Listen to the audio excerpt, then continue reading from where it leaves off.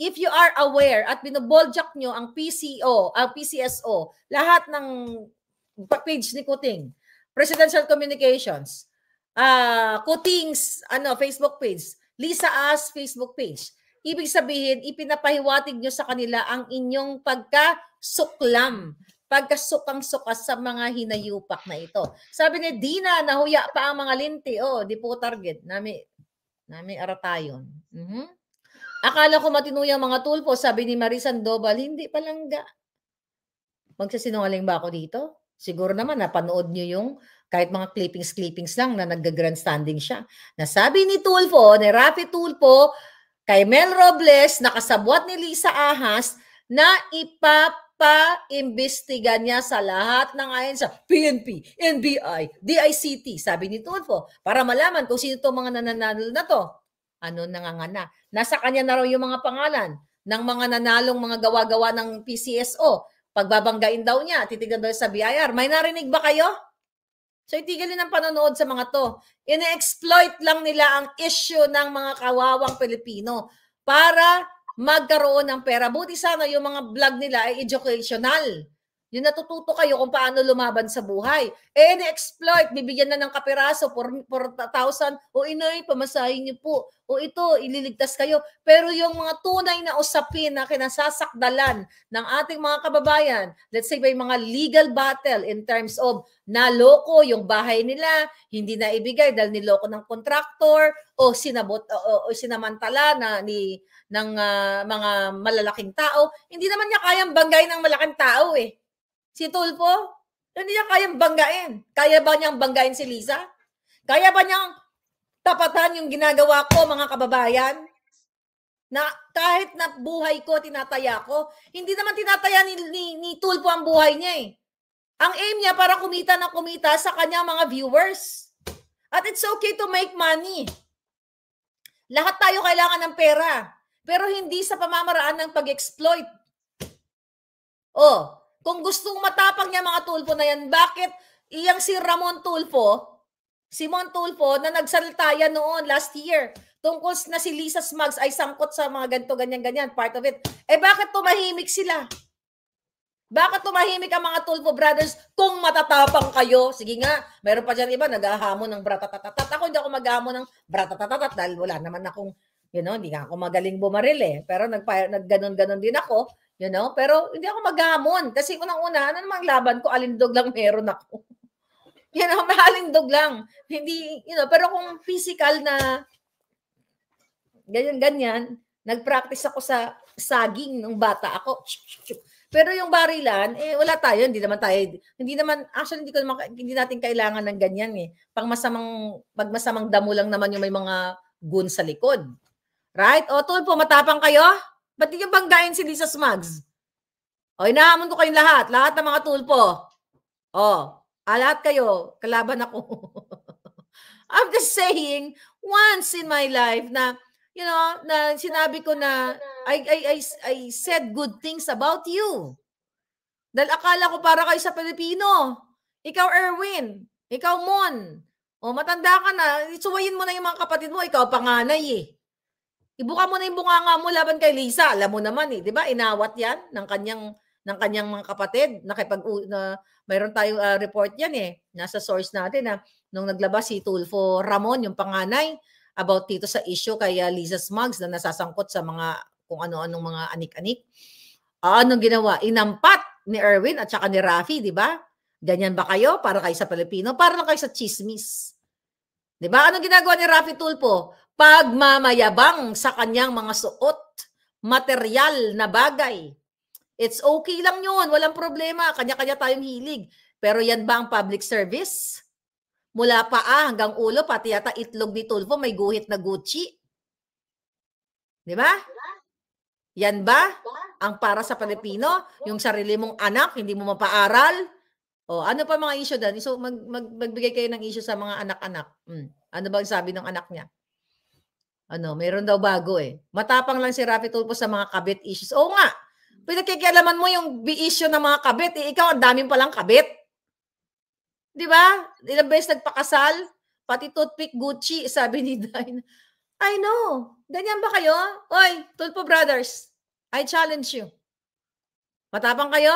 Boljakin nyo si Lisa. Boljakin nyo si Kuting na nagpapahirap sa mga marites. Okay? Marites na ine-exploit nyo. Bakit hindi mo boljakin si Lisa na obviously nasangkot kay Mel Robles? Narinig mo ba? Rapi Tulfo ang binati ni Lisa Ahas.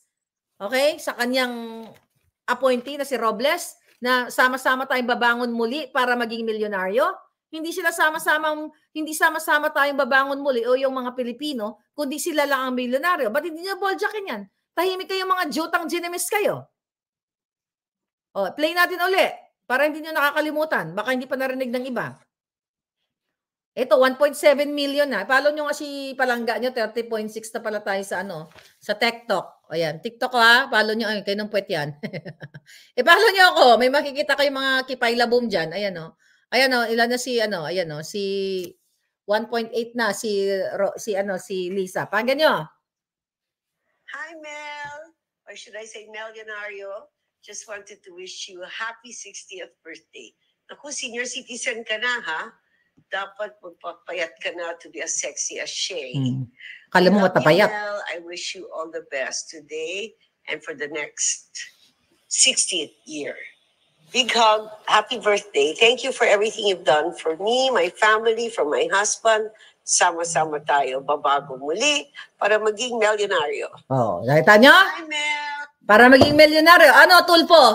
Ay, wala. Hindi yung papatawag yung hinayupak na yan. Pwede nyo ipatawag yung hinayupak ng babaeng yan. Kadiri, sabi ni Lupac, talagang nakakasuka. O para kayo sa bayan o para kayo sa kita. Para exploit kayo, kaya alam nyo mga marite, yung kayo mga kababayan, kung naaabot kayo ng bunganga ko, ulitin ko to, lagi kong sinasabi, pag may problema kayo sa inyong mga asawa, sa mga kapatid, di ba? Huwag kayong pumupunta-punta kay Tulfo, di ba? You know, later on magbabati rin kayo. Sabi ni Kim yun, jong commercial muna. Gusto mo ba jong commercial muna? Oh, ito, request ni Palangga. Hello, hi. You guys are great. Thanks for the support. Okay, thank you very much. Sama-sama tayo. Babago muli. Demonita, di ba? Oh, lahat ng kademonyohan na kay Lisa. Oh, balik tayo kay Tulfo. Oh, I challenge you. Matapang kayo? Ba't di nyo harapin yan? You have the power to speak up. Mag-privilege speech ka. Rapi Tulfo. Mayabang ka eh. Ba't di ka magsalita tungkol dito sa greetings ni Lisa, sama-sama tayo maging milyonaryo? Bakit? Nabigyan ka, naambunan ka? Hindi pa ba kontento ang kinikita mo, Rapi Tulfo? Sa mga in-exploit mong mga issue dyan sa show mo?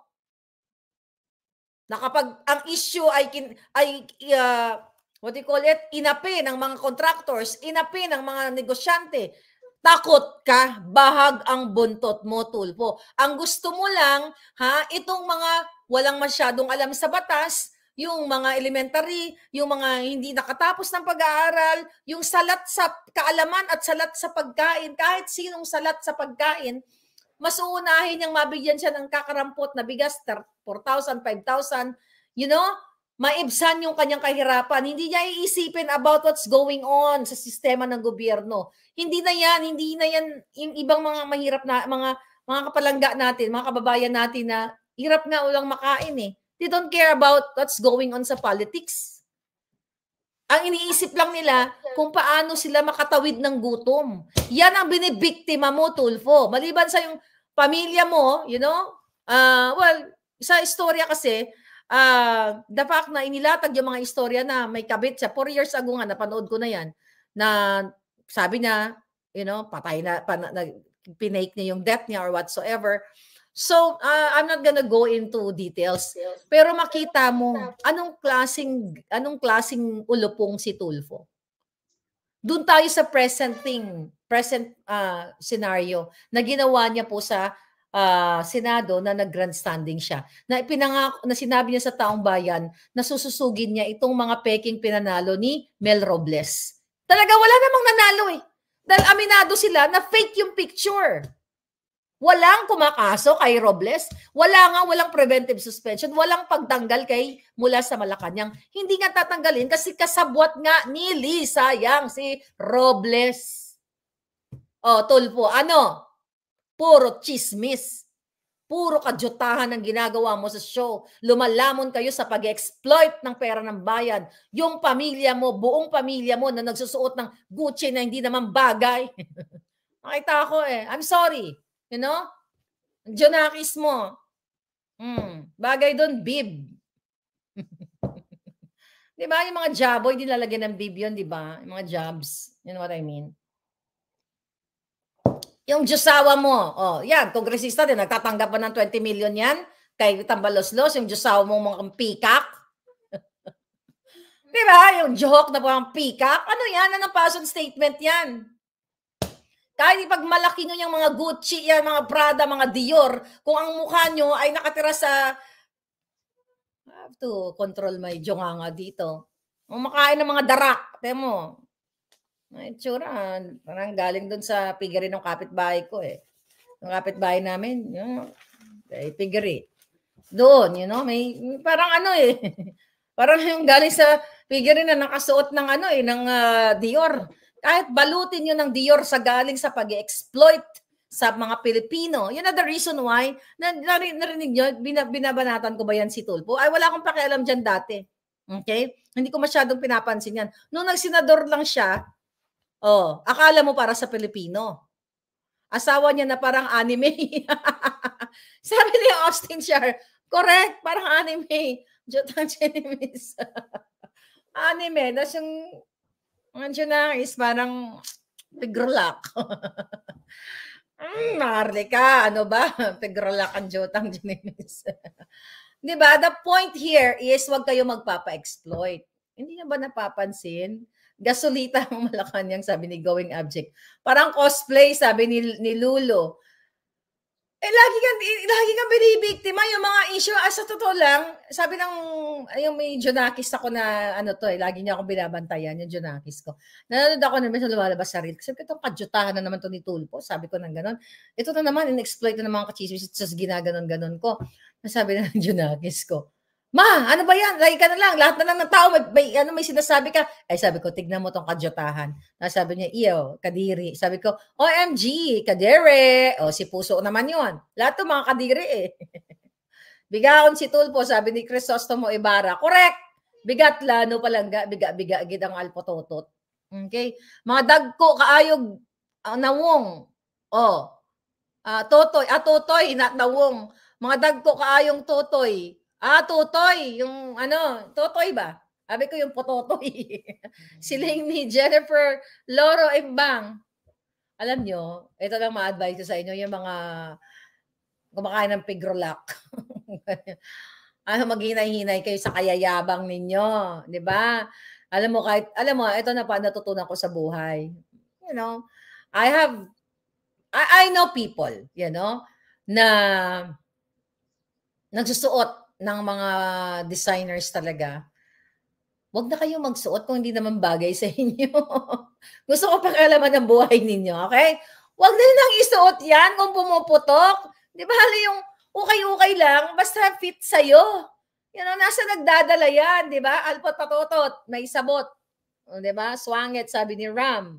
Kumakain ng steak at lobster sa Palace, sabi ni Rise Up TV. O, yun na nga. So, balik tayo kay Tulfo. Kasi kailangan siyang tutukan eh. Nagsisinungaling kasi ito sa taong bayan. Wala na sana akong pakialam kung ubusin niyo yung pigrolak ng mga Jonakis mo, kalahat ka pamilya niyo, o mag-cosplay yung asawa mo. Wala akong pakialam. But yung asawa mo, nasa party list. Tumanggap din ba yan kay Tambaloslos? Kayong magpamilya nandiyan dyan, andyan si Erwin Tulfo. Hindi nga na-confirm yan eh. Tapos nagawa ng paraan ni Tambaloslos na makapasok, na mag-upo, okay, sa isang seat dyan sa party list nila. So see that, mga kababayan, you don't know this until na mayroong vlogging world. Hindi nila, kahit naman ako dati, hindi ko naman alam how it works sa Congress kasi, you know, we're focused sa buhay natin. Pero nagkaroon tayo ng chance na mag-speak up dito sa vlog natin, nakikita na natin yung mga inayupak na to, mga alpototot, you know, At putotot na may mga tinutorotot. Ay, nako. Parang mall na bahay ni Tulfo, sabi niya. Hindi ko siya, may mga lumalabas lang sa reels ko, tapos ang yayabang pa. Tapos ipinagyayabang nyo, yung pera nyo galing sa pag-exploit ng mga marites. So bibigay kayo, kakaperaso lang. Bibigay ito, 5,000, 10,000. Ito na nanay, pamasahe mo. O ito. Tapos sasabihin nyo naman, ang bait-bait ni Tulfo. Kung magkano ang yung bawat exploit, maybe they're making millions out of that exploitation. Let's say, example, 1 million, tapos bibigyan ka ng 4,000 pesos pamasahe, tapos mabait na si Tulfo. Exploitation yan. So you stop watching that BS. Kasi nakita na natin ang kahayupan niya. Hindi naman totoo eh. Sana kung parusahan niya to, si Robles, kinasuhan nila, kinontempt niya dahil nagsisinungaling, bibilib tayo sa kanya. Kaso sabi ni Vivian, ang dami pa daw babae. Mahal na kita, Maharlika. I love you too. Crisostomo Ibarra. Thank you. We've been together, I know you. We've been together here. O, diba? Nagkaroon ng relasyon no? Relasyon ito, Crisostomo. Rise Up TV. Thank you, Palangga. Samantalang yung legit na anak, pinababayaan, sabi ni Ruby Valle. Whether adopted o kahit anak, yung fair square man lang. Pantay na pagmamahal. Tapos narinig, may nag-send sa akin. Parang ipinagmamalaki pa daw ni Tulfo na nagsinungaling daw ba na $10,000 ang ino-offer doon sa anak niya nung ikinasal. Tapos binigay daw niya pero hindi naman daw dumating. Tama ba yung mga chuchu? My God, kapag anak mo, if you are what? Magkano ba ang net worth niya? Million? $10,000 is payat. So dito mo masasabi na itong si Tulfo ay hindi mabuting tao. At hindi siya para sa Pilipino. Mabuti lang siya, siyempre, sa kanyang vested interest. Diba? Kasi kung matino yan, ng mga yan, hindi nila exploit kayo. Kaya huwag na kayo nagpunta-punta doon, nagpila-pila pa kayo doon. May kaibigan ako doon, pumila. I'll tell you something. I have a friend na pumila nga siya doon. Okay, kasi dapat doon sa, kinuha namin na lawyer, yung tungol na yan. Okay, I'll tell you something. Ito, sinasabi ko to sa inyo, hindi to alam ng friend ko kasi ayaw niya maging part nito. Pero labas siya dito. Okay? May kaibigan ako na lumapit dyan sa tungol na yan. Nakausap ko yan, yung mga tungol, lawyers na yan. Nakausap ko yan sila. Akala ko, dahil Tulfo,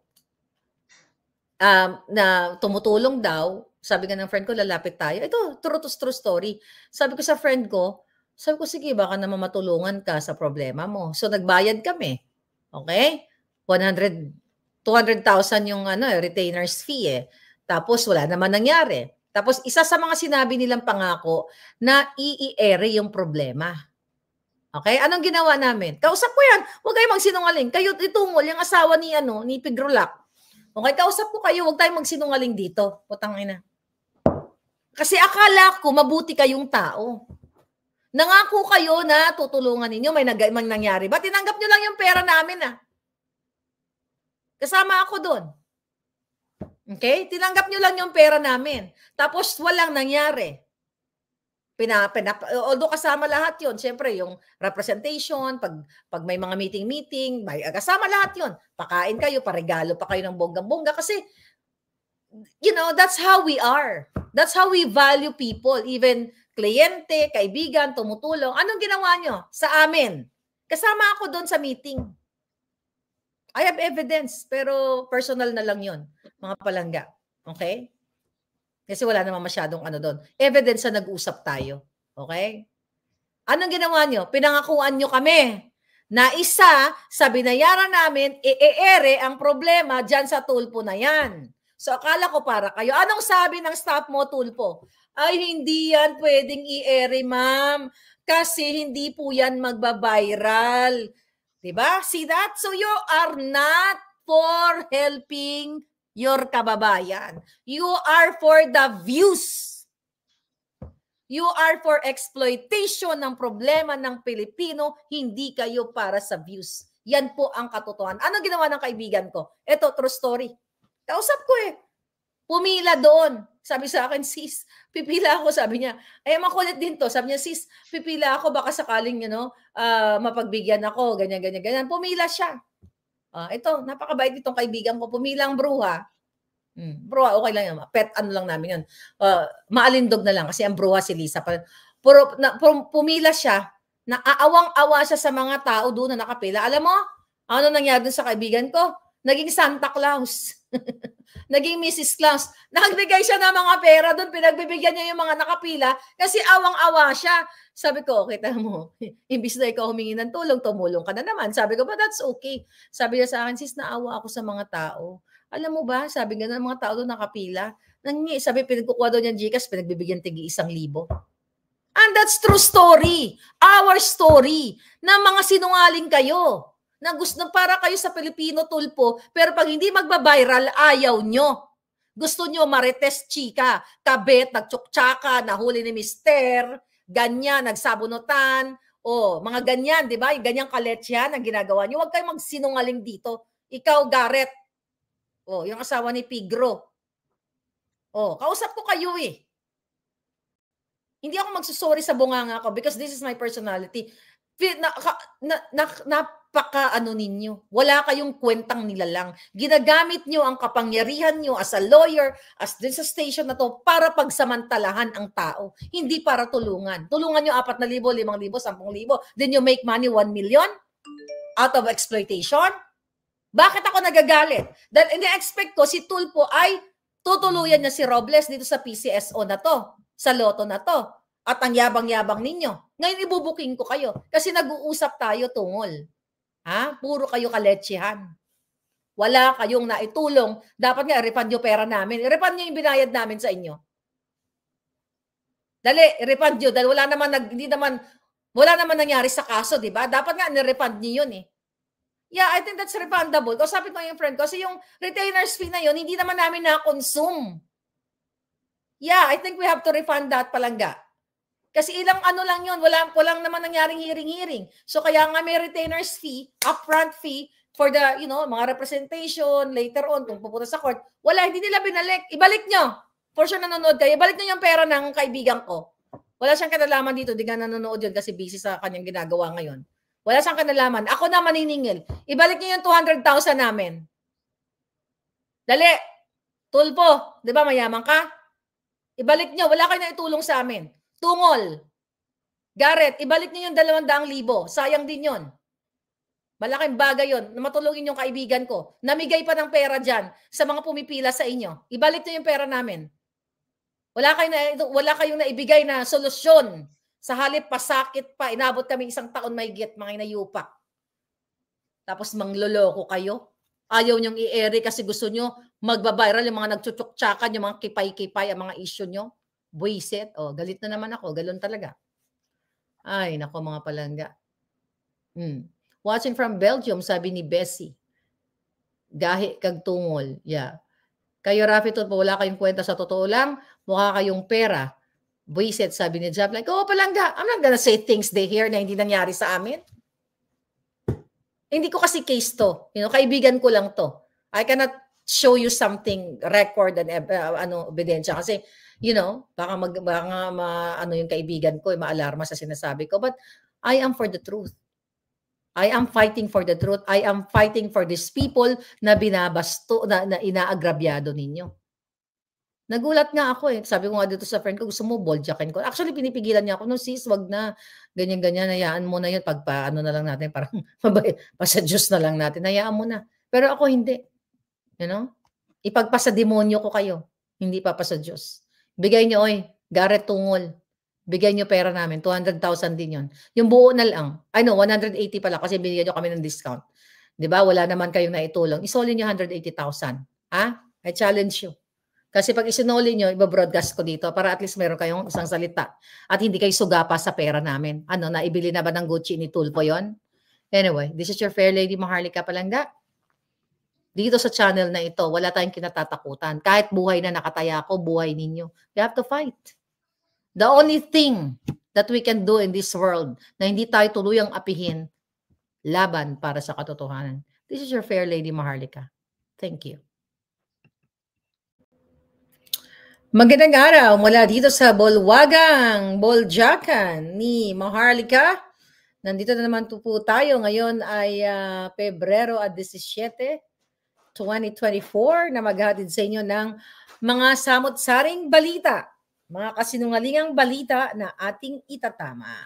Kaya naman ang ating balita ay hatid sa inyo ng SendWave app. Walang bayad magpadala ng pera sa Pilipinas. Gamitin lamang ang promo code Maharlika para magkaroon ng $20 free credit kung ikaw ay nasa Amerika, Europa, Canada, and of course, mga palangga, parts of UK.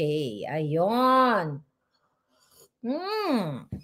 At syempre, ang nangunguna, first honor, si Miss Elena Gutierrez. Thank you Palangging for your super sticker. Love, love. Super love, love. Isang alamat, sabi ni Ricardo Simondo. Romeo Balakyot, may pag-asa pa ba tayong mga Pilipino? Kapit lang. Yes, tama ka Palangga. Si Lynn Ramos, si Prada Lucio, nasuki din. Ayan, sama-sama tayo together. People's power na. Ayan, si Maverick. Gising na gising. Thank you, Maverick. Hindi ka niya natutulog, parang ako. Okay, si Casey present na rin. Ayan, ituloy-tuloy na po natin ang ating balita. Okidok. Ayan, unang balita. Alright. Command conference ni Pangulong Bangag na Bangag Jr. sa Camp Crame, hindi daw loyalty check. Ayon kay Ana Corda. Naku, kasinungalingan na naman ito mga palangga. Hayaan ninyong basahin ko ang mga kasinungalingang balita.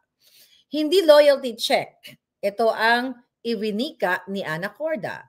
Ito nga ang kanyang pahayag dahil nga siya ay nuknuka ng kasinungalingan. Kaya naman, pinangunahan daw ni Pangulong Bangag Jr. Marcos Kuting ang command conference nitong Huwebes sa Camp Crame. Ayon kay Acorda, no, I don't consider it as a loyalty check. In fact, ginagawa niya yon sa AFP. So ginawa din sa atin. Him being our commander-in-chief, it's but proper really to somehow to preside, sabi ni Acorda. Hindi si Kuting ang commander-in-chief at ikaw Acorda, nuknukan ka ng sinungaling at pikon. Ang itlog mo ay isang puti.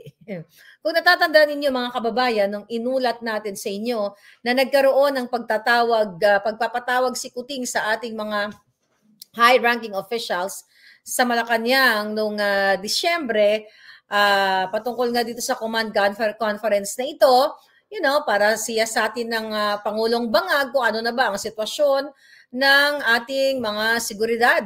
Pero anong ginawa ni Kuting? Hindi niya hinarap. Kahit kailan, nung time na yun na hindi niya hinarap, sa halip ay inabutan niya ng sobre at talagang dinemoralize niya itong mga highest, ranking official ng AFP. Kaya naman si Kuting ngayon ay bumabawi at umiikot na ang kanyang tumbong dahil nga nakikita niya na ang impact ng mga maharlikang Pilipino, ng mga Duterte, ng mga taong gising na gusto na siyang buhatin palabas sa Malacanang. Kaya naman ngayon ay nag-e-effort siya sa mga chubat-chuchong command conference na ito para nga naman, syempre, malaman niya kung meron pa bang amor sa kanya ang mga men in uniform. Sa totoo lang, Kuting, wala nang amor sa'yo. Kung meron ng amor sa'yo, yung katulad nila Ana Corda, nila Au Browner, na pinakikinabangan si Lisa Smugs. Pero huwag kayong mag-alala dahil sooner or later, liligwakin na namin kayo at bubuhatin namin kayo ng bonggang-bongga. Kaya i-enjoy mo na yung pulburon dyan sa Malacanang dahil talagang huhugutin ka namin palabas. So sinabi ni Ana Corda na ikinagagalak nila ang pagpe-preside daw ni Pangulong Bangag sa command conference dahil ito daw ay indikasyon na tinututukan nito ang PNP na nagbibigay ng seguridad at pagpapatupad ng peace and order ng bansa. Julul! Hindi tinututukan ni Kuting yan, kundi si Kuting ay umiikot na ang tumbong kaya nagpapakita dyan dahil takot siyang mahila ng taong bayan. Abangan yan. Ay, nako. Charot, sabi ni Lulu. Good evening, sabi ni Giancarlo. And syempre, military takeover na dapat, sabi ni Jericho Soriano. Ituloy natin ang mga kadyotahang balita. Nangangahulugan lamang anya, ayon kay Acorda, na pinahalagan ni Coting Jr. ang kanyang mga tauhan at ahensya sa pamahalaan. O kaya naman pala, nung nagpatawag siya ng command conference sa Malacanang, ay hindi niya hinaharap. Julol. Diba? Si Coting ay umiikot na ang tumbong, nararamdaman niya na ang pagsisigaw nitong mga men in uniform na binubusabos niya. Maliban siyempre sa katulad mo, Acorda, na kiskipay kay Lisa. Dagdag pa ni Anacorda, walang kinalaman ang command conference sa usaping destabilization plot at isyo ng pag-iwalay ng Mindanao sa Pilipinas. Another julol. Tiniyak ni Acorda na buo ang hanay ng PNP at suporta sa kalusulukuyang administrasyong bangag. False! Dahil may mga nakakausap po tayo na mga men in uniform na sukang-suka na kay Coting Jr. Siyempre, utos na naman yan ni Lisa Jahas ang pag-command conference, sabi ni Lulu. Exactly, Palangga. Alam na alam mo. So, tiniyak ni Anacorda na pinagtutuunan na nila ngayon ang mandato sa pagtitiyak na mapanatili ang kaayusan at seguridad ng bansa. Tingnan mo ha, basahin ko. Tiniyak ni Acorda na pinagtutuunan na nila ngayon. Bakit ngayon lang? Bakit the moment na umupo si Coting ay hindi niya inupuan yan? Magdadalawang taon na dahil umiikot ang tumbong niya at maliligwak na siya ng taong bayan. Kaya ngayon nagkakaroon siya ng kunyari ng pagpapahalaga dito sa mga sa PNP and AFP, you know? Minus yung mga kiskipay na katulad mo, Acorda. Right? Kaloka. BBM resign. Polboronic, sabi ni Maverick. Kaya naman, sabi ni Minimi, ano ba yan? Nakakaloka na. Good morning sa iyo, Palangga. Alright. May hangganan ang mga gawang masama, sabi ni Faye Rivera. Ito tuloy ang balita. Budget system ng Pilipinas, nais baguhin ni Senator Coco Pimentel. Oh, kumusta na Coco Pimentel? Natanggap mo na ba ang malaking pera mula kay Milyonaryo? Kasi isa ka sa epal-epalan dyan sa PCSO. Di ba? Nag-imbestiga kayo. Kaya nakarating sa atin, ayon sa ating putingas, ay nakipag-backdoor na si Robles sa inyo. Kaya ayaw nyo ng tutukan yan or ayaw nyo ng ikalaboso. Coco Pimentel, ano na, magasubwat kayo ni Tulfo, mga ginayupa. Ay, nako. Ito talagang mga nakakabwisit na balita na dapat nating itama. Sabi ni Alma Villaruel, the truth will prevail. Thank you, Miss Maharlika, for exposing the BS. Yes. Okay, ipinanawagan ni Coco Pimentel ang pagrepaso ng bulok na budget system ng bansa. Di ba? Bakit di mo ituloy yung pagrepaso dyan sa bulok na pagpapanalo at panggagancho ni Lisa at ni Robles dyan sa PCSO? Bago ka tumalon sa issue na naman na budget ek-ek na to. Ay, nako. Sobrang kulang ang transparency hinggil sa pag-aproba ng budget lalo't na't umuugong ngayon ang ilang bilyong piso na umano'y isiningit sa 2024 National Spending Plan. O, maganda naman yon. Pero ang tanong, Coco Pimentel, magkano ang binayad sa'yo ni Lisa Smugs at ni Robles doon sa backdoor meeting ninyo? Kaya naman, umurong na rin ang iyong tumbong sa pagpapatuloy na paggisa dyan kay Robles. Ang tanong, nabigyan ka ba? At kung nakabigayan na, magkano, Pimentel? Kamakailan ay binunyag ni Senator Amy Marcos na ang ayuda sa Kapos ang Kita program o AKAP ng Department of Social Welfare and Development or the DSWD ay isang programang nabuo ng walang kamalay-malay ang mga senador. Kaya nga, nakita ninyo, nakita na ng mga senador, nakita na ni Pimentel, nakita na ni Tulfo, ang papanalo sa loto, insertion of budget, pero hanggang dakdak lang ang mga buwaka ng GNMS, walang aksyon, puro papogi, puro report-report, walang kulong sa mga hinayupak, walang kaso dahil nga maaari sila lahat ay magkakasabwat. Sinabi na rin mismo ng DSWD na hindi galing sa kanila ang paglikha ng AKA program dahil nga ito ay galing kay Tambaluslos. Kaya naman sa panig ng mga taga-minorya sa Kamara, inamin nila na sa bicameral committee isiningit ang nabanggit na programa. Napag-usapan natin yung kaninang umaga. Ay, nako, talagang grabe ang mga hinayupak na ito, mga palangga. Mag-comment lang kayo dyan. Bahay ni Garapal, nasunog kahapon, sabi ni Ronald. Nauulat na natin yung palangga. Ang tawag dyan, pwedeng karma o baka may sinunog na ebidensya. Tuloy ang balita. Charles Sarto, keep on revealing, madam. Truth will win no matter what. Thank you, palangga. Sabi ko nga, hindi tayo titigil. Alright? Ay. Nakakaloka na itong mga pinaggagawa ng mga Ginayupak. Okay. So, ano na ang mga balita? Alright. Nakakaloka na ito. Okay, next. Okay? Sunod na balita. Okay, ito na sunod nating balita. So, kasong isasampa versus tax evaders, titiyakin daw. Okay? Or titiyakin na di makikitaan ng butas ayon kay Remulla. Buhay pa ba siya? Tatanggalin na yan Dahil may ano na yan may Lulu, may Kiki, Mimiya. 'Di ba? Pasulat-sulat na lang si Remulla habang tuloy-tuloy ang sweldo ng pera ng bayan at mga kamkam. Ay, nako, walang dignidad. Bilyon-bilyon siguro ang binabayad sa kanila. Kaya kahit anong hearing nila, walang napatutunguhan, sabi ni Palangga. Ayun, nawala na. Mahigpit na inatasan ni Justice Remulla ang mga prosecutor na tiyakin na i-airtight o malakas ang mga kaso laban sa mga inirereklamong tax evaders. Tax evaders, unang-una na yan si Kuting. Yan dapat ang ikulong. Inayupak na yan at tanggalin sa Malacanang, Remulla. Pare-pareho lang kayo. Sa isang sinabihan ni Remulla ang mga piskal na maging maagap sa pag-imbestiga ng mga kaso at tiyakin na malakas ang kasong isasampa sa korte. Inilabas ng kalihim ang kautusan matapos isampa kamakailan sa DOJ ang reklamong tax evasion laban sa 2 kumpanya na nasa likod ng paggawa ng mga peking resibo na ikinalulugi ng malaki ng gobyerno.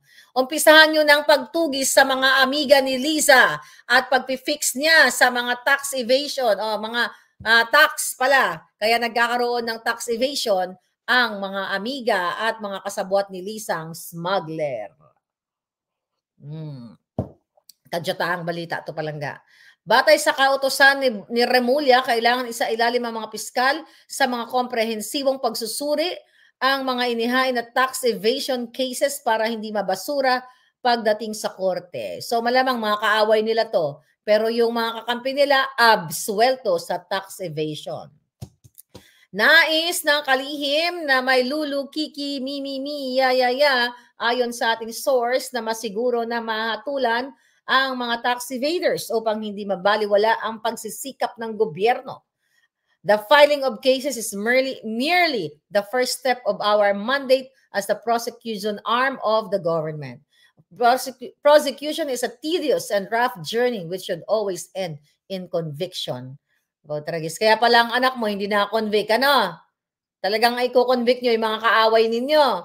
Pero yung mga kampi ninyo, absuelto sa lahat ng kaso at nakakalaya pa ng bonggang-bongga katulad na lamang ni Sayrot, ni Chandiramani at ni Michael Ma, ang tatlong paborito kong mga kasabwat ni Lisa Smugs.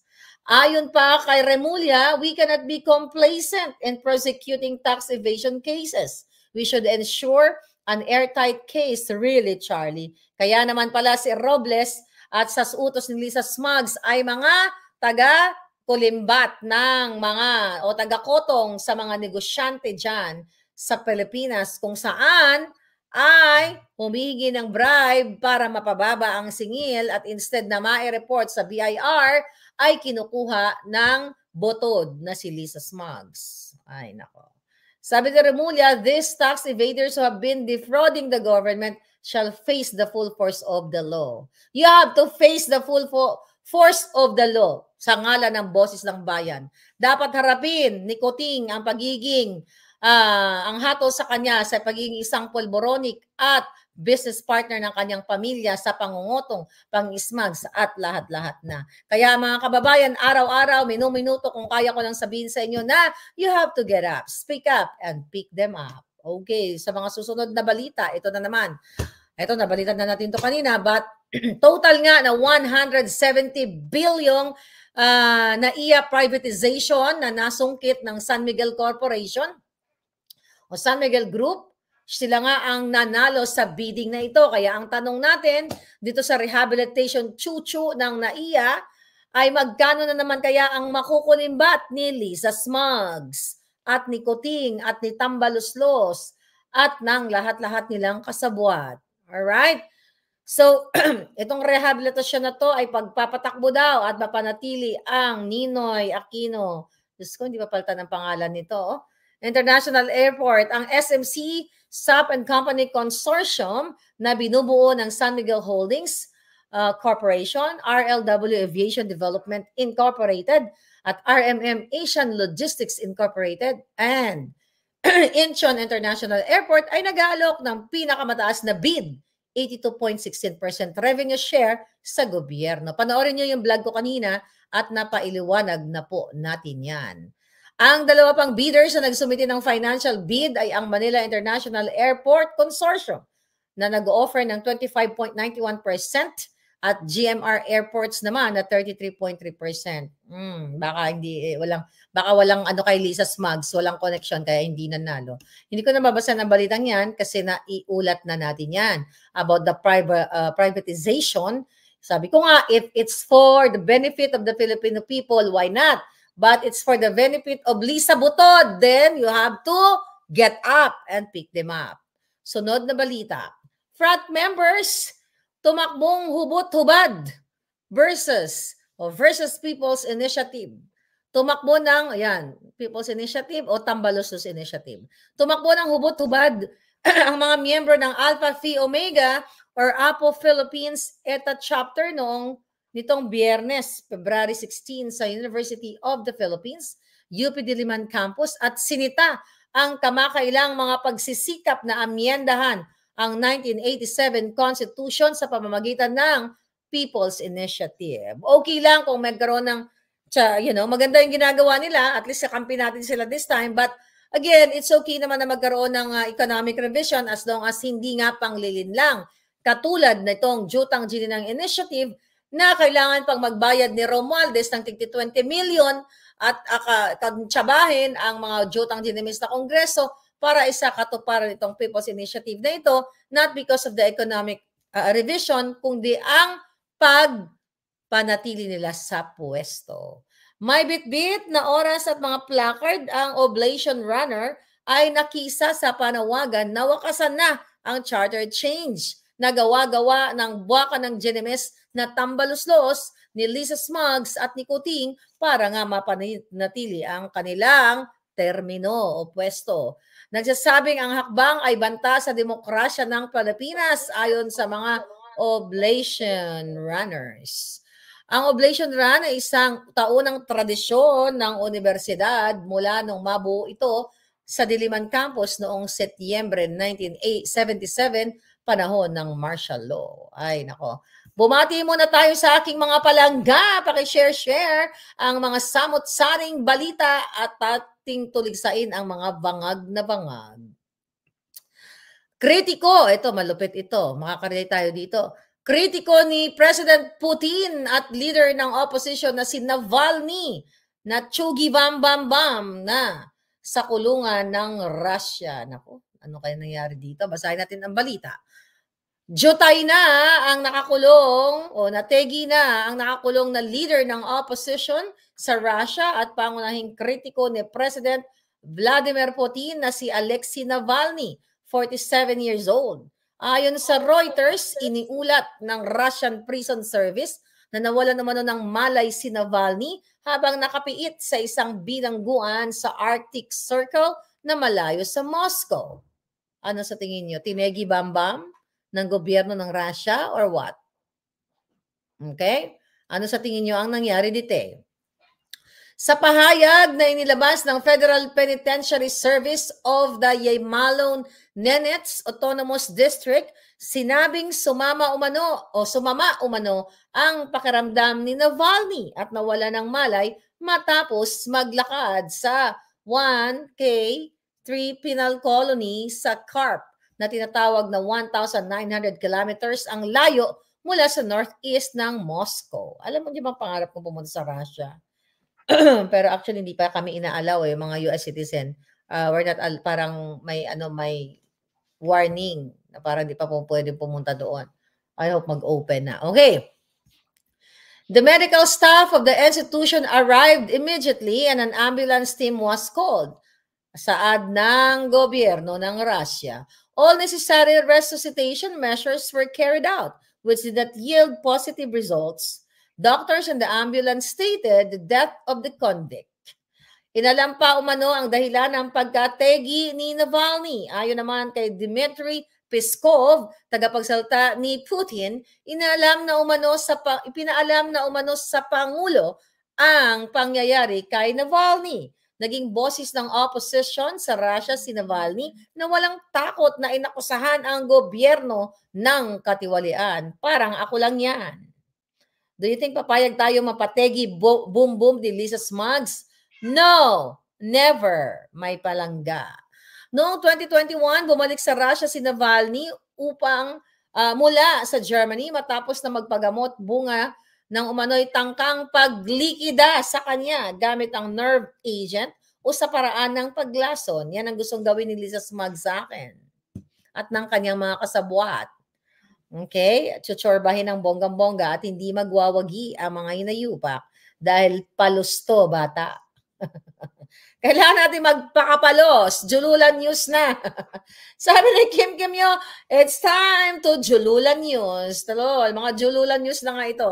Dinakip si Navalny sa pagbalik niya sa Russia. Ang taas nun Kinasuhan at tinatulang makulong. Itinanggi naman ng Kremlin ang aligasyon at inigiit na walang katibayan na magpapatunay na nilason sa pamamagitan ng nerve agent si Navalny.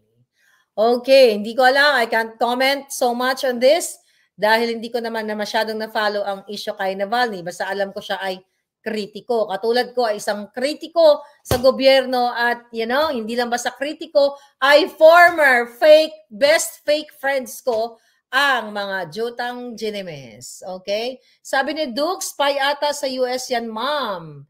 At kaya naman, ikaw, Maharlika, bantayan ang iyong kinakain mula sa mga restaurants. Sabi ni Kitlak Samana. Thank you, Palangga. But yeah, in terms of food, I know how to take care of myself. Thank you for reminding me. Hindi tayo tatanggap ng pagkain galing sa kay Lisa Smugs kahit meron pa yang gold bar. Sa halip, ipapalunok natin ang gold bar na may venom sa kanya para siya ang mategi bambam. Alright, di ba? Makakarma din si Lisa Smugs at Tambaluslos, sabi ni RP Salvador.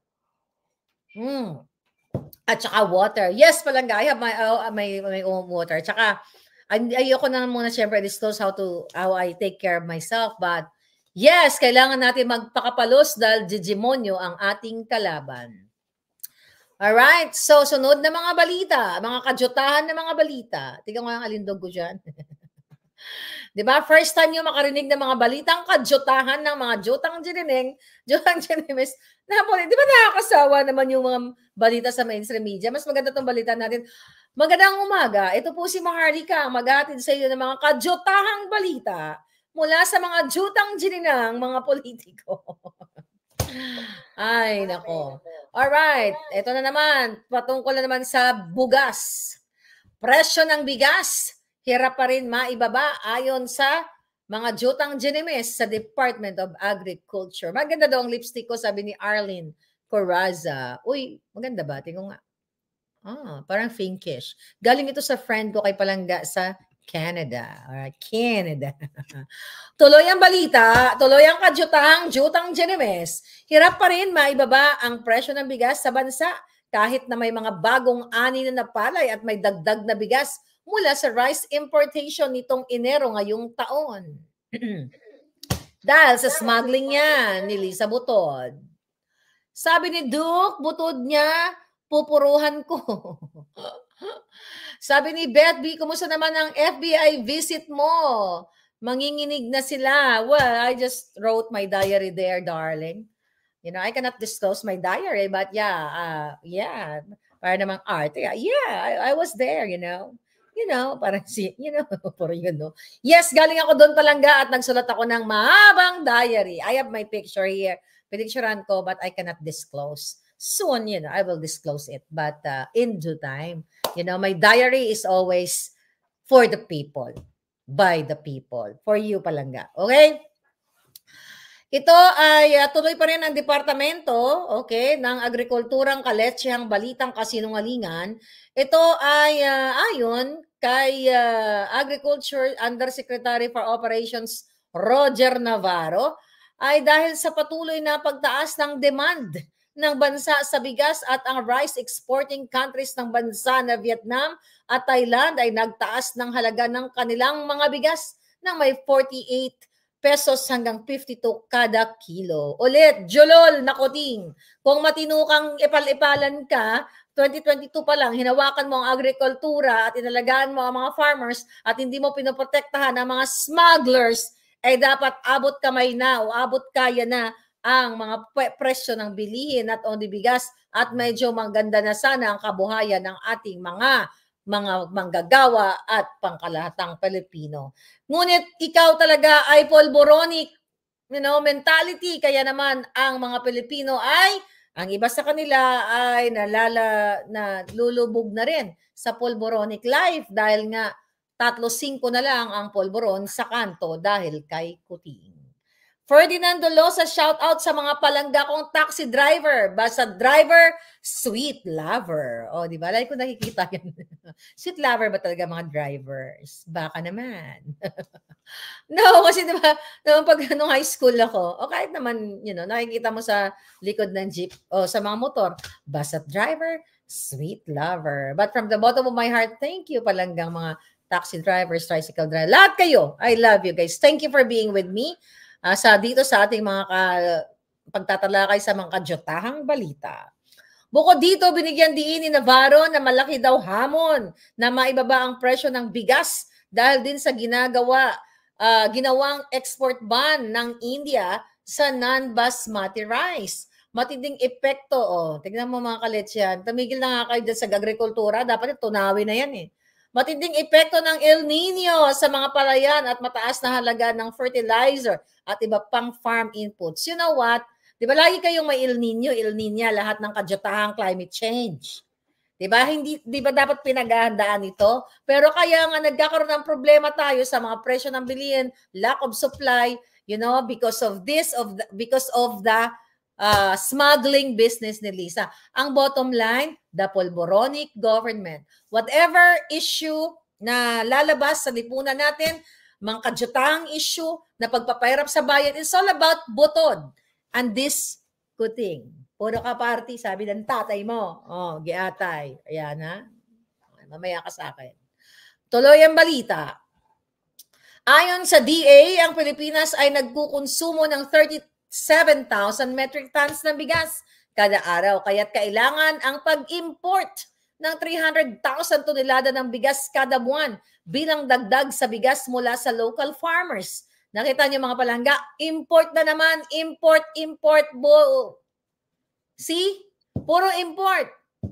Pinalitan ni Chu na nagsinungaling sa kanyang credentials and now, import na naman, importation. Nakita niyo mga farmers? Nakita niyo mga kababayan? 300,000 tons. Sino naman nag-import? Si Michael Man na naman, si Martin Araneta, si Lisa na naman. Imbis na alagaan ng ating mga farmers, sila na naman ang kikita sa importation and smuggling. Kaya sabi ko sa inyo, get up, speak up, and pick Kuting up and ahas up. Okay, galit ako. Lagi akong galit. Gusto kong tumawa pero nakakagalit ang kaudyotahan. Sinabi ni Navarro na may kabuang 590,000 metric tons ng bigas ang inimport ng bansa bilang pangdagdag sa aanihing palay ng mga magsasaka sa susunod na buwan. Kaya mo, kita nyo? Paano kayo asenso niyan Palangga? Solid Marlican ako. Napakapoy na ko, day. Solid Marlican ako. Pataas na pataas ang presyo ng bigas. Ang tindi na talaga. Let's go get up, sabi ni Ferdinand Dolosa. Lalabas na sana ang mga farmers din, sabi ni Grace Nagord. Kawawa naman yung Garfield. Ano? Puro ka party. Anong alam mo sa pamumuno? Teka, mag-joke muna tayo. Teka, dito tayo. Lagyan natin to. Anong alam mo sa pamumuno, Kuting? Teka, dito to. Anong alam mo sa pamumuno? Ang alam mo, mag-party-party, magpupulburon. Okay. Gawa kayong reel para masaya tayo. Kaya kahit pinapahirapan tayo ng hinayupak na to, kailangan balance lang tayo. Nagtutuligsa tayo at the same time, we have to be happy kasi kailangan natin ng heart natin, ng kasayahan. Hindi pwedeng galit tayo, everyday nandun na yung galit. But you have to balance nga. You know, I'm good at that. Kahit galit na galit ako, palangga, you know, my focus is, you know, kahit pa paano tumawa kayo ng konti. Kasi pag puro na tayo galit sa hinayupak ng gobyerno, mauuna tayong atakihin. Dapat sila, hindi tayo. Right? So, stick with me. Tatawa tayo dito at balance, di ba? Galit at tawa. So, sa ngayon ay naglalaro mula sa 37.42 kada kilo ang well-milled rice. Ito, julol na naman to. Sinungaling na naman to. Magkano well-milled rice dan sa Pilipinas? Sinandoming daw, 36 to 42 kilo. Dinorado, 48 to 55. Jasmine is 46 to 56. At yung malagkit daw ay 60 kilo. Tama ba itong pinagsasabi ng ano na to? Mga hitad na to, mga palangga? Mga kasinungalingan? Giatay. Tama ba yung sinasabi niya, Rose? Okay. Sabi ni Hazel Corpus, isa kang bayani. Madam, lahat ng kalaban ng bayan. Sarap boxing, you know? If I have, kung meron akong kulam, tegi na lahat ng kalaban natin. Okay, tuloy natin ang mga kadyotahang balita. Okay, mataas na opisyal ng NCSC, ginawaran ng 90-day suspension ng Palasyo. Okay, Palasyo. Si Lisa na naman ang gumawad dito. Loko talaga itong nagsalat ng balita. So, 3 ulo daw ng mafia. Kailan kaya? Sino yung 3 ulo ng mafia? Si Lisa, si Tamba, at si Kuting. Kailan kaya masususpend forever? You know? Okay. Ginawaran ng 90-day preventive suspension ng Office of the President o Office of the Kuting. Office of the Bangag ang isang commissioner ng National Commission on Senior Citizens dahil sa iba't ibang reklamo. O baka hindi to kakampi ni Lisa Smugs, kaya kinasuhan. 60 pesos ang pinakaabot kayang magandang klaseng bigas, sabi ni Nalds Daily. See that? Pinagluloko din. Kaya sabi ko sa inyo, yung mga balita na binabasa ko, mga kadyotahan at kasinungalingan, kaya dapat itatama natin. Diba? Sabi ko sa inyo, kung babasahin nyo lang, kung makikinig lang kayo sa balita, ay, 42 lang pala. Eh, kayo mismo na consumers, nakikita nyo, 60 pesos, 55, 67 pa nga. Eh, ayan, sabi ni Palangga, sinungaling yung 67 na ang just, sabi ni Vivian, sabi kasi kanina po, 55, di ba Palangga? 50. Sabi ni Vivian, sinungaling yan, ang Jasmine ay 67 pesos. See that? That's why kailangan natin boldyakin ang mga kasinungalingang balita. Sabi ni Dulce Ambrad, Balingit, hindi totoo yan. Dito sa Iloilo, ang pinakamura ay 52 pesos. Well-milled rice. Then, ang pinakamahal ay 63 pesos. See that? Thank you, Palangga. Teka, basahin muna natin, balikan natin. Ang malagkit, magkano? Ayan, at least nagkakaroon tayo ng balanse dito. Jasmine daw is 46, 52. Sinungaling nga, 67 pala. Ito yung mga kasinungalingang balita galing sa mga sinungaling na mga jutang Genemes. Sabi ni Jerus, Del Mar, 60 to 70 per kilo. Meron 56 to 57 na bigas pero hindi maganda, hindi na halos makain. Sabi ni Dulce, wala nang 40 kilong bigas. Kaya nga Palangga, I'm here para boldyakin ang kanilang mga kasinungalingang balita. Diri sa Amon sa Iloilo, 62 per kilogram daw ang Jasmine o taom. Sinungaling pa rin Palangga kasi siling nila 46 kuno diri sa balitang mga kasinungalingan na may talaga tampugulo ng mga alpot matutot na si Lisa, no? 75 kilos na daw yung malagkit. Kita mo? Lisa, Kuting, ano to? Ayan, mga taong bayan nakikinig sa akin, hindi sa inyo. Ito mga binabasa ko galing sa mainstream media, mga kasinungalingan, binoboldyak natin. Ay, nako. Miss M, anong meaning ng giatay po? Sabi ni Jojit Fedin. Parang ano yon? Expression giatay, parang inaratay, giatay man, parang atay. I cannot explain in Tagalog. Mag-explain. Meron daw magaling mag-Tagalog yan. Explain nyo nga yung giatay, parang giaratay, yung ginaaratay, yung pinipeste, parang gano'n. Depende sa gamit mo. Okay? 20 pesos ang sinsilyo, siling ni Dina. 80 pesos gali ang kilo. Dipogar. So, dipotar. Dipotar, gino namin pang gorgoron. Gorgoron tabala sila palangga, no? Sa pwesto nila, gorgoron natin. Sila nga daw inaratay, bala nga manok. Okay, tuloy natin itong mga kadyutahang balita. Tuloy-tuloy ang mga kadyutahang balita tungkol nga dito sa pagsibak doon sa isang mataas na opisyal sa National Commission on Senior Citizens dahil sa iba't ibang reklamo. Sa 4 na pahinang notice of charge na pinirmahan ni Executive, isa pang mandorobong Bersamin, at may petsang Pebrero 2, epektibo ang suspensyon kay Commissioner Raymar Mansilungan pagkatanggap niya ng kopya ng abiso. Ang suspensyon, Miss Hart, thank you. Ang suspensyon ay base sa mga reklamo ni na Senior Citizen Party List Representative Rodolfo Ompong Ordanes at Miguelito Garcia. Nakatanggap kaya ito ng 20 million galing kay Tambaloslos? Okay? Siyempre, kapag inayunan ito mga kongresista na ito, inayunan ng Office of Lisa Bangag at Kuting Bangag, si Lisa lahat ang author yan. Dahil si Kuting nga, tamad! Sabi ng tatay niya, anong alam mo sa pagpapatakbo at pamumuno? Pulburon, daddy. Siguro siya, pulburon, daddy. I want some pulburon. Pitkonta ka ron ng itlog mo. Ay, giatay ang alpot na Kuting. Okay, tuloy natin to. Ang suspensyon nga ay base sa mga reklamo nitong dalawang mga kachika bumbum ni Lisa Smugs. Ato ay kinasuhan si Mansilungan nireklamo sa salang dishonesty. Anong ginagawa ni Kuting? Yung pagsisinungaling yung 20 pesos 20 pesos na bigas, hindi ba dishonesty yun? Sagot. Anong kinaso dito? Gross neglect of duty. Gross neglect of duty, yung mandato mo, Ayan, yung mandato mo na magbigay ka man lang ng pahayag dun sa mga nagkaroon ng jomba-jombahan dun sa Marawi. Di ba neglect of duty yon bilang isang presidenting Kuting?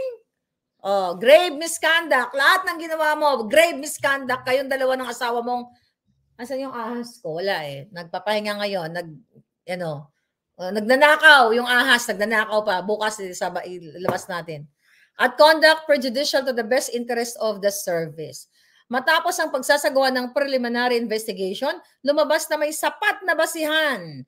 Okay, daw ang mga ginawa nitong mataas na opisyal. Yung basihan namin, na ito si Kuting ay mambubudol. Kailan nyo tatanggalin? Ayan, kawawa si Garfield. Oy, ito ang polboron. Mag-singhot ka. Bukas bili kita, Anong gusto mong flavor? Gusto nyo tandali lang. Ay, nako, giatay. Ay, naratay na tayo. Naratay na ang bayan dahil sa Kuting, nabudol talaga tayo. Basahin ko pa itong kadyutahang balita na ito. Tuloy pa ba natin to? Anyway, ito mga kadyutahang balita na to, hindi ko nababasahin. Kasi ako ang bida dito palangga. Pag nabubuisit tayo sa mga kasinungalingan, stop. Hindi na natin babasahin. So anyway, itong mga grave misconduct, itong dishonesty, lahat nito ay meron si Kuting, si Lisa. Kaya nga impeachable dapat yan eh. Yung punyetang pagbibigay pa lang ng 20 million ni Lisa Smug sa pamamagitan ni Tambaloslos dyan sa mga kongresista na yan. At may basbas ni Kuting yan, impeachable na yan. Dapat nga, buhat-buhat nyo na yan. Wala nang impeachment trial. Talagang i-extract nyo na ng bonggang-bongga. Ay, nako. Tuloy ang balitang kaletsyan. Comelec, pinaalalahanan ang publiko tungkol sa fake Facebook page. Pinaalalahanan ng Commission on Election ang publiko tungkol sa isang peking Facebook page. Si Lisang may gawa niyan. Huwag na kayo magawa ng mga ganyan-ganyan. Onyeta. Kayo dyan sa George Garcia, peking page. Kaletsihan, kayo ang pasimuno ng mga peking page. Kayo nagpapatake down ng page namin, yung Lisa Butod na yan. May araw ka rin talaga, Lisa eh. Bilang na araw mo sa Pilipinong hinayupak ka sa pagnanakaw mo at lahat ng kaletsihan mo dyan sa bayan. Tuloy ang kasinungalingang balita. So, pinaalala na sa publiko, okay, na nag-iisa lamang ang kanilang official Facebook page ng Comelec. So, pinabulaanan din na hindi daw konektado sa kanilang page na may ngalang Malayang Halalan 2025. Baka si Lisa yan. Si Lisa na naman yan. Lahat ng pwede nating sisihin dito si Lisa dahil siya nagpapatakbo ng ating bansa, mga palangga. O, huwag natin basahin yun. Puro kaletyan. Sinungaling yun. Kasi sinungaling ang balita yun. O, ito malupit. 178 million Lotto jackpot, mailap na daw. Wala daw nananalo, walang nanalo para sa jackpot bearing Lotto draws na ginanap ng Philippine Charity Sweepstakes Office kahapon dyan sa Pilipinas. Aba, nahiya-hiya ang mga hayop. Pero sa susunod, may nanalo na naman yan. Kaya ikaw, Tulfo, Rapi Tulfo, Jutang Genemes ka, ha? Nasa na ang pangako mo sa taong bayan? Kayong nagpapalo kay Tulfo, i-unfollow nyo ng hinayupak na yan. Dahil ibinenta na nila, ibinenta niya na tayo. 'Di ba? Kung talagang matino kayo, mga kababayan, may pagmamahal kayo, huwag nyo nang panoorin yan kasi binababoy lang tayo. Ipinagyabang nga. Okay, na pa-imbestigahan daw niya, may nalalaman pa siya mga forensic. Oh, ano forensic? Nasaan na yung forensic niya? Ibig sabihin binubudo lang kayo kasi na backdoor meeting na 'yan.